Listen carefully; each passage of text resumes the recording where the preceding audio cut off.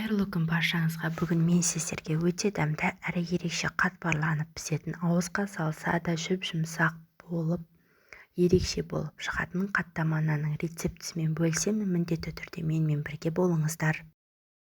Ең алдымен ұнымызға тұзымызды салып, сұйық майымызды құйып, жылы суымызды салып, жақсылап тұрып араластырып алып, қамырымызды илейміз.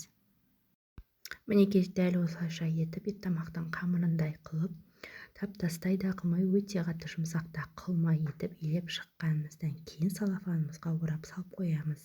Біздің қамырымыздың ортасына май керек, сол үшін мен осылайша майымды дайындап аламын. Тоң маймен кәдімгі майды араластырып, шыждыртып алып дайындап қоямын.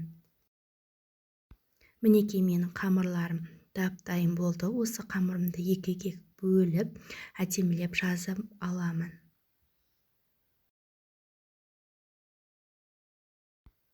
Өте қатты ортасын баспай, екі жақтарын бәрін бірдей қылып, теп-тегіс болатындай етіп жазып алғанымнан кейін шыжғыртып дайындап алған майларымды қамырымның бетіне осылайша барлық жерлеріне жағып шығамын. Мінекей осылайша барлық жерлердің бәріне бірдей жағылуы керек. Қамырларымыздың жерлеріне жағылмай қалмауы тиісті. Сол кезде біздің қамырларымыз өте әдемі әрі дәмді болып шығатын болады. Мінекей дәл видеодағыдай етіп, екі қамырымызды жайып алып, бетінен екі қамырымызды дәл осылайша етіп, қатпарластырып, бөлшектерге бөліп, домалақша қылып, дәл осылай қамырымызды видеодағыдай етіп жасап алғанымыздан кейін екіге бөліп, дәл осылайша жазып, пісіріп алуға кірісеміз. Пісіріп алар кезімізде бетіне жұмыртқамыздың сарысын жағып аламыз. Және де біз кунжутымызды сепсек өте дәмді әрі ерекше болып пісетін болады. Түрі де ерекше әдемі болады. Қаттама нанымызды 180-200 градуста әдемілеп тұрып пісіріп аламыз.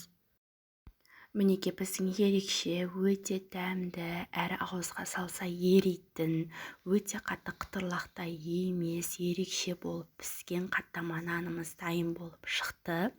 Міндетті түрде комментария, лайк басып кетулеріңізді сұраймын. Алдағы уақытта менен қандай рецепттер күтесіздер, соны да жаза өтсеңіздер болады. Қонақ шақырғанда да ерекше қоюға ыңғайлы, өте дәмді, балғын болып пісетін нанымыз осылайша біздің дайын болып пісті. Астарыңыз дәмді болсын.